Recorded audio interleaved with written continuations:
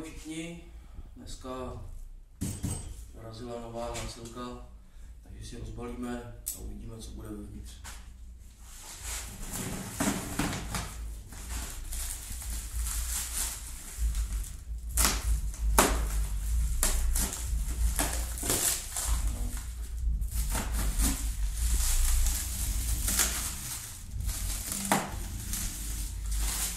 Zabalení je to opravdu poctivě.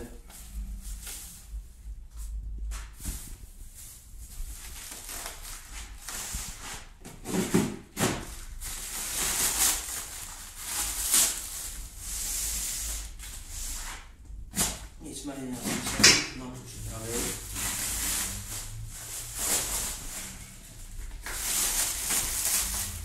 Takže uvidíme.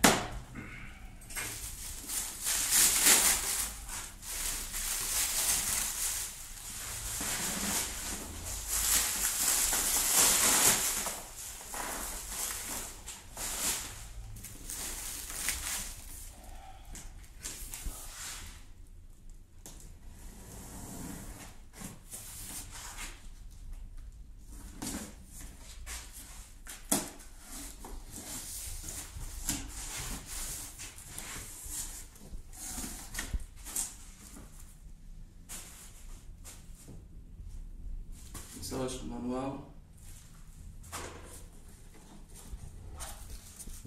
ochranný plexy, boxy,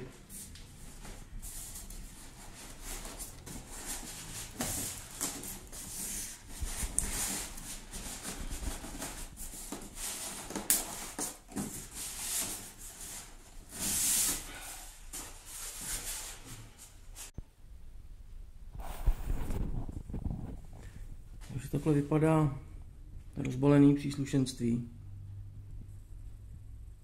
Brusce Makita GB801. Pro někoho by možná mohl být problém, že manuál není v našem jazyce, i když si myslím, že každý aspoň trochu zručný mechanik nebo kutil dokáže příslušenství složit i bez návodu. Každopádně tohle to by asi už v dnešní době nemělo chybět. Už asi jako první věc složím ty rádoby papíry.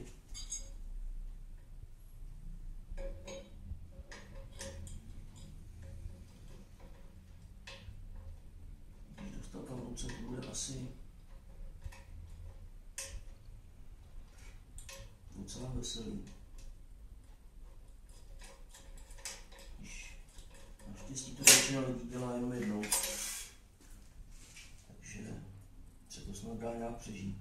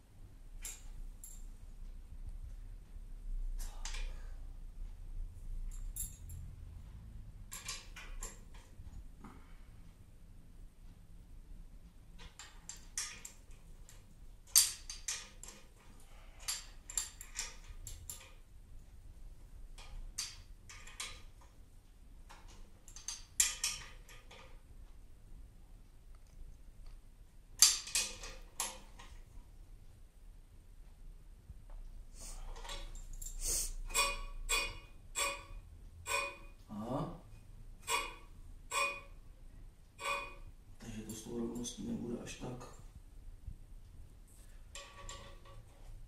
jak jsem si to představoval.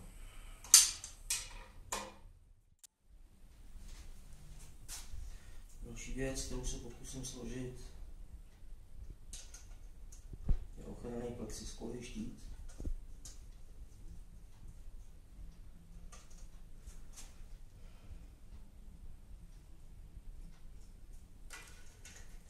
Zase ale musím říct, že ta kvalita toho plastu je naprosto otřesná. Takže jak je vidět, bruska se mi podařila složit celá. Je tu ještě pár věcí, na které bych rád upozornil, a to, že třeba tady mohly být křídlové matky pro snazší výměnu kotouče. Takhle to povolovat a schánět na to klíče. Záleží na tom, jak často mění kotouče. Jinak je tady další věc, která může přijít někomu užitečná.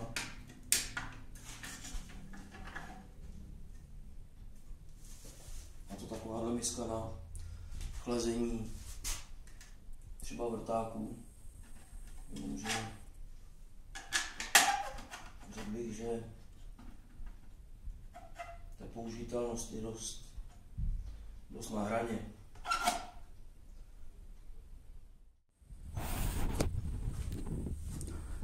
Takže tady se můžeme zblízka podívat.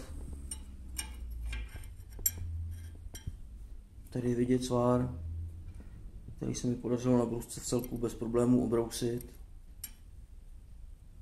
Jak je vidět podle zbarvení materiálu, na brusku jsem docela i trochu přitlačil, aby bylo vidět, jestli má dostatek síly, jestli se mi podaří zastavit nebo zpomalit. A evidentně to vypadá, že bruska má síly dost,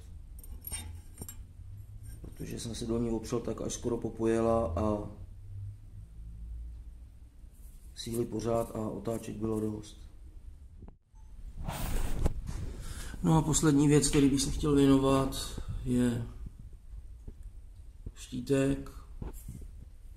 Nedokážu říct, jestli to půjde přečíst. LED 230 až 240 V při 2,5 ampérách, příkon 550 W,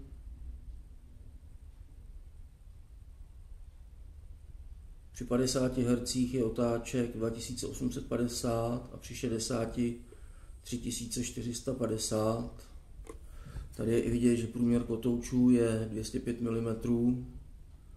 To jsou asi doporučení kotouče včetně šířek. Další věc, která se mi docela líbí, je zakončení toho kabelu, včetně průchodky, tak aby se do ní nedostával prach ani vlhkost, což se dá přičíst jedině k dobru. Takže co se mě týče, já jsem s bruskou docela spokojený. Provedení se mi líbí, je dobře, že podstavec je silný odlitek, tělo z kovu. Jediný, co snad můžu vytknout, je ta házivost kotoučů, která se mi doufám podaří odstranit. Odpěry, které jsou u kotoučů, ty tam jsou víceméně spíš jenom pro okrasu. Takže kdo to s broušením myslí vážně nebo na tom bude pracovat častěji, určitě by měl zvážit nějakou formu úpravy nebo vylepšení, tak aby se na tom dalo pořádně pracovat, hlavně bezpečně. To, co bych mohl pochválit, jsou vlastně světla, které jsou přímo nad kotoučem, dobře osvětlí pracovní plochu. No a líbí se mi i zakončení kabelů, které jsou ze zadní strany přes průchodky, tak aby se do nich nedostávala prach a vlhkost.